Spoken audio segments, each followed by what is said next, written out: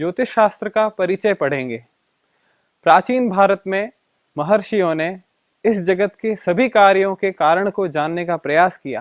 अंतर्दृष्टि के द्वारा और सतत अन्वेषण के द्वारा उन्होंने इस जगत के सभी कार्यों के कारण को जाना और अपने शिष्यों को उस ज्ञान को प्रतिपादित किया। शिष्य परंपरा में इसी प्रकार यह ज्ञान आगे बढ़ता गया। केवल सुनने के द्वारा वह अपने शिष्यों को जिस प्रकार से उस ज्ञान को प्राप्त किया उसी प्रकार से सुनाते गए। इस प्रकार से वेदों की संहिता और मंत्रों की उत्पत्ति हुई। ये वेद ही इस जगत के सर्वप्रथम ज्ञान के आगार थे। धीरे धीरे कालांतर में इन वेद के ज्ञान का, इन संहिता के मंत्रों का समझना और उनका जानना थोड़ा क्लिष्टकर हो गया। इस कारण से उन वेदों को समझने के लिए उसके 6 प्रकार की अंगों की उत्पत्ति हुई। उन 6 प्रकार के अंग ज्योतिष के वेदों के वेदांग कहलाए।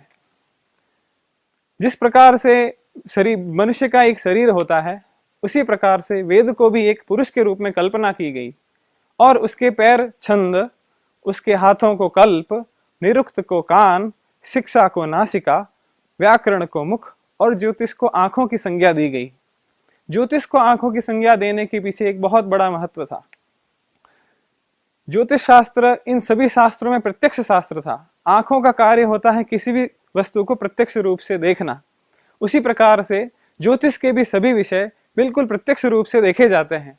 जैसे कि गणित के द्वारा जो गणना की जाती है, ग्रहों की, नक्षत्रों की अथवा ग्रहण की, किस समय ग्रहण होगा, किस समय कौन सा ग्रह किस स्थान पर प्राप्त होगा, किन ग्रहों का कब समायोजन हो जाएगा, इस प्रकार से जो गणना की जाती है ज्योतिष के अनुसार, वही आकाश में प्रत्यक्ष रूप से दिखाई देती है। उसी प्रकार से वातावरण में जिस प्रकार के परिवर्तन होते हैं, अनेक प्रकार के उत्पात दिखाई देते हैं, उन उत्पातों का फल कालांतर में जिस प्रकार से ज्योतिष में प्रतिपादित किया गया है, उसी प्रकार से दिखाई भी देता है। इसी प्रकार से जन्म कुंडली के अंदर जिस प्रकार के योग बने होते हैं, उसी प्रकार का व्यवहार, उसी प्रकार की घटनाएं जातक के जीवन में दिखाई देती है, वो भी प्रत्यक्ष रूप से। इसी कारण से कहा गया प्रत्यक्षम ज्योतिषम शास्त्रम। और भी कहा गया कि यथा पिंडे तथा ब्रह्मांडे, जिस प्रकार से इस ब्रह्मांड के अंदर ग्रह नक्षत्र आदि सूर्य आदि ग्रहों का संचालन होता है, उसी प्रकार की स्थिति शरीर में भी विद्यमान है। इसी कारण से वेदों ने कहा सूर्य आत्मा जगतस्तस्थूकश्च, जो हमारी आत्मा है वह सूर्य के समान है। चंद्रमा मनसो जातः, और जो चंद्रमा है वह मन के द्वारा उत्पन्न है अथवा मन का कारक चंद्र है। इसी प्रकार से अन्य भी जो ग्रह नक्षत्र तारा आदि का पुंज है वह हमारे शरीर में ही विद्यमान है। इसी प्रकार से अगर यदि शरीर को जान लिया जाए, अपने अंतःकरण को जान लिया जाए, तो संपूर्ण ब्रह्मांड को जाना जा सकता है। यही ज्योतिष रहा है। ज्योतिष शास्त्र के कालांतर जाके 3 भेद हुए। यज्ञों के लिए सम्यक काल का निर्धारण करने के लिए ही ज्योतिष शास्त्र का आविर्भाव हुआ। सूर्य आदि ग्रहों की गति, स्थिति, नक्षत्रों की विशेष स्थिति में ही वैदिक यज्ञों का संपादन किया जाता था। ज्योतिष का सर्वप्रथम ग्रंथ है वेदांग ज्योतिषम। उसमें लगध ऋषि ने वर्णन किया कि वेदास्तु यज्ञार्थम अभिप्रवृत्ता कालानुपूर्व्या विहिताश्च यज्ञा। जो वैदिक मंत्र है उनकी प्रवृत्ति यज्ञ के संपादन के लिए ही हुई है और यज्ञ जो है वो निश्चित काल के अंदर ही किए जाने चाहिए। अतः यज्ञों के संपादन के लिए जो निश्चित काल का निर्धारण करे वही ज्योतिष शास्त्र कहलाता है। ज्योतिष शास्त्र के मुख्य रूप से 3 भाग हुए, एक संहिता, दूसरा सिद्धांत, तीसरा होरा। सर्वप्रथम सिद्धांत स्कंद। त्रुटि नामक जो सबसे सूक्ष्म कालमान है, सेकंड का 43,20,000वां भाग त्रुटि कहलाया। वहां से प्रारंभ करते हुए प्रलय काल तक की गणना, पंचांगों का निर्माण तथा जो वेद यंत्र होते हैं जिनके द्वारा ग्रहों को देखा जाता है, जैसा कि जयपुर के जंतर मंतर, दिल्ली के जंतर मंतर इत्यादि स्थानों पर उपलब्ध है, उन सभी का निर्माण करना और उनके द्वारा ग्रहों का वेद करना, ये सभी विषय सिद्धांत ज्योतिष के अंतर्गत समाहित हुए।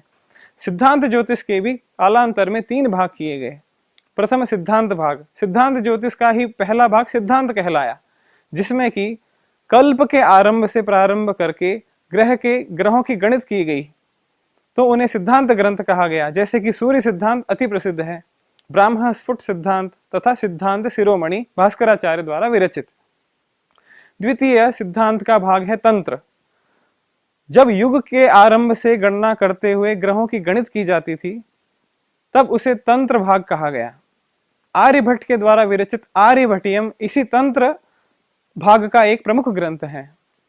तृतीय है करण।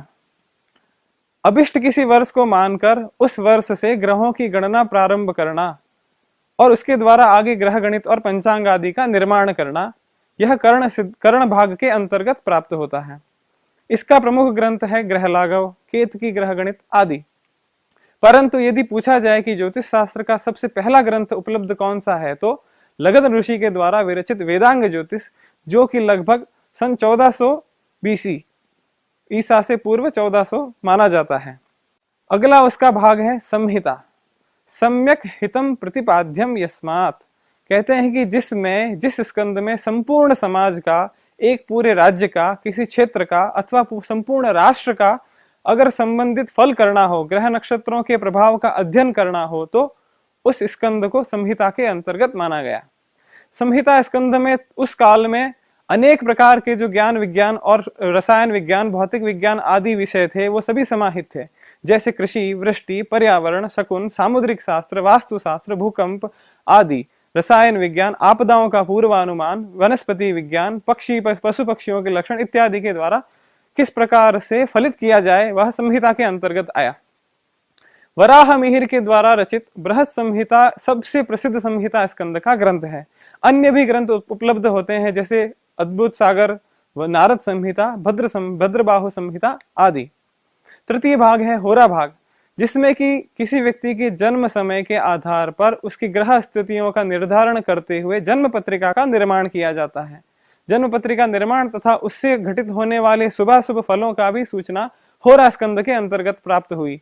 होरा स्कंद के भी 5 भेद कालांतर के अंदर हो गए। पहला था जातक भेद। कुंडली के द्वारा जो फल कथन किया जाता है वह जातक स्कंद के अंतर्गत गिना गया। द्वितीय ताजिक, वर्ष कुंडली का निर्माण करते हुए संपूर्ण वर्ष का फलित करने की जो प्रक्रिया है वह ताजिक स्कंद के अंतर्गत आती है।